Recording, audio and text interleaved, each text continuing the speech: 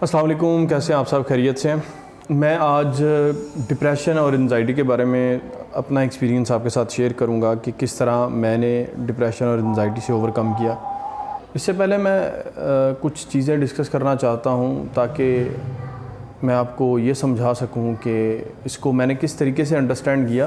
میں بھی اپنی زندگی میں کچھ سال پہلے تھوڑے عرصے کے لیے اس کا شکار ہوا، لیکن اللہ تعالیٰ کی رحمت سے میں نے اس سے اپنی جان چھڑائی اور الحمدللہ میں ایک خوش زندگی گزار رہا ہوں، پرسکون اور مطمئن زندگی گزار رہا ہوں۔ سب سے پہلے آپ کو جو سمجھنے کی ضرورت ہے وہ یہ ہے کہ آپ علم کی پیاس اپنے اندر جگائیں۔ سب سے پہلے تو جب تک آپ پڑھیں گے نہیں تب تک آپ سیکھیں گے نہیں۔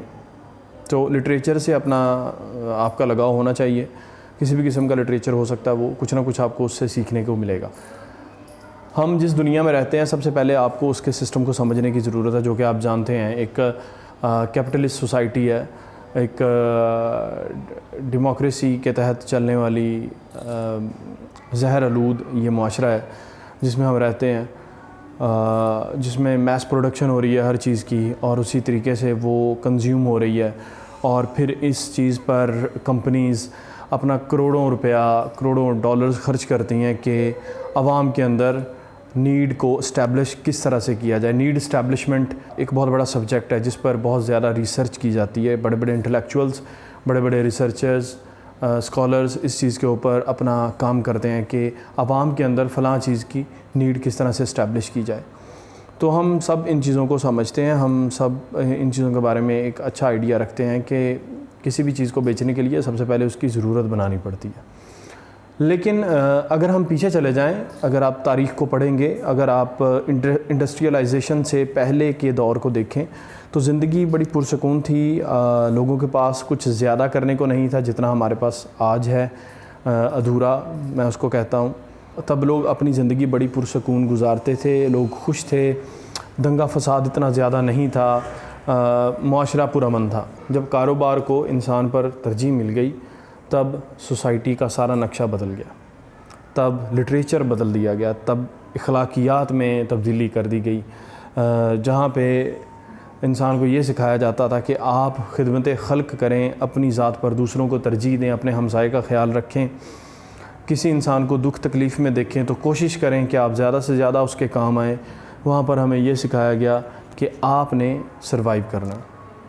اب سروائیول کی ڈیفینیشن کیا ہے جو ہمیں پڑھائی گئی یونیورسٹیز میں، اسکولز میں پڑھائی جاتی ہے؟ وہ یہ ہے کہ ایک آپ کا ڈیفینس میں گھر ہو، ٹھیک ہے، یا ایک ڈیفینس کے لیول کی سوسائٹی میں آپ کا گھر ہو، ایک کنال کا 10 مرلے کا، آپ کے پاس ایک گاڑی ہو، گھر میں آپ کے پول ہو، بچے آپ کے فلاں سو کالڈ سسٹم جو ہیں ایجوکیشن کے اس میں جاتے ہوں، اور تب آپ ایک پراپر سیولائزڈ انسان ہیں۔ اس کے علاوہ جب تک آپ کے پاس یہ چیزیں نہیں ہیں تب تک آپ ایک سیولائزڈ انسان نہیں ہیں۔ تو ہمیں اس طرح کی کلاسز میں ڈیوائیڈ کر دیا گیا، اور اس طرح سے انسانیت کا جو مذاق اڑایا گیا میں تو کہوں گا، اور انسانیت کو پیروں تلے روند کے رکھ دیا گیا، اچھی اخلاقیات کو زمین دوز کر دیا گیا تاکہ ان کو کوئی سیکھ نہ سکے، اور ہر انسان کے اندر نفرت بھر دی گئی۔ ایک کلاس سے دوسری کلاس میں ایک ڈسٹنس مینٹین کر دیا گیا، زبان کو اس طریقے سے استعمال کیا گیا۔ خیر یہ ایک بہت بڑا ٹاپک ہے، اس پر اتنی چھوٹی سی ویڈیو میں ہم بات نہیں کر سکتے، لیکن میں یہ چیزیں اس لیے ڈسکس کرنا چاہ رہا تھا کیونکہ ہم سب ان چیزوں کو جانتے ہیں۔ ان چیزوں کا بہت گہرا تعلق ہے ہماری ڈپریشن کے ساتھ، ہماری انزائٹی کے ساتھ، ہماری پریشانیوں کے ساتھ۔ تو میرے بھائی سب سے پہلی بات وہ یہ ہے کہ سچ بولنے کی کوشش کریں۔ ہم اپنے آپ سے سچ بولیں، ہم دوسروں سے سچ بولیں۔ جب ہم سچ بولنا شروع کریں گے یقین مانیے تو ہماری بہت ساری پریشانیاں، تقریباً ساری پریشانیاں دور ہو جائیں گی، کیونکہ سچ بولنا ایک بہت بڑی حکمت ہے۔ اگر آپ اس پر بیٹھ کر سوچیں گے تو آپ کو سمجھ آ جائے گی کہ سچ بولنے سے کس طرح سے ہم ڈپریشن اور انزائٹی سے دور ہو سکتے ہیں۔ نمبر 2، آپ انصاف کریں، اپنے ساتھ بھی دوسروں کے ساتھ بھی۔ نمبر 3، آپ اپنی ذات پر دوسروں کو ترجیح دیں۔ نمبر 4، کم میں خوش رہیں، زیادہ کی تمنا کم کریں، کم میں خوش رہنا سیکھیں۔ اپنے حال میں ہمیشہ خوش رہیں، اپنے ماضی سے سبق سیکھیں، اپنے مستقبل کے بارے میں اچھی دعا کریں، دوسروں کے مستقبل کے بارے میں اچھی دعا کریں۔ تو یہ بیسک کچھ چیزیں ہیں جن سے میں نے ڈپریشن سے اور انزائٹی سے چھٹکارا حاصل کیا.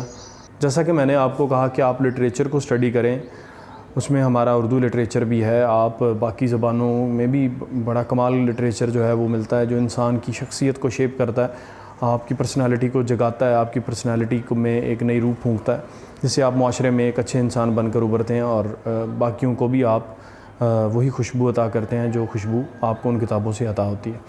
تو میں آپ کو کتابیں تو نہیں بتاؤں گا, کیونکہ میں آپ کو رائٹر بتاؤں گا. آپ تھوڑی سی کوشش خود کیجئے گا, یہ اچھا ہوگا. میں جان بوجھ کے ایسا کر رہا ہوں. میں آپ کو واصف صاحب ریکمینڈ کرتا ہوں. بہت آسان اردو اور بہت ہی آسان طریقے سے انہوں نے بہت مشکل زندگی کے پہلوؤں پر گفتگو کی ہے, اور بڑے ہی سادہ الفاظ میں گفتگو کی ہے. میں ایک لائن واصف صاحب کی لکھائی کے بارے میں کہنا چاہتا ہوں, ان کے کام کے بارے میں کہنا چاہتا ہوں کہ جو ان کو پڑھتا ہے وہ اسے اپنا بنا لیتے ہیں. آپ کو لگتا ہے کہ آپ کی اپنی بات ہو رہی ہے, آپ جب انہیں پڑھیں گے تو آپ کو اپنائیت محسوس ہوگی.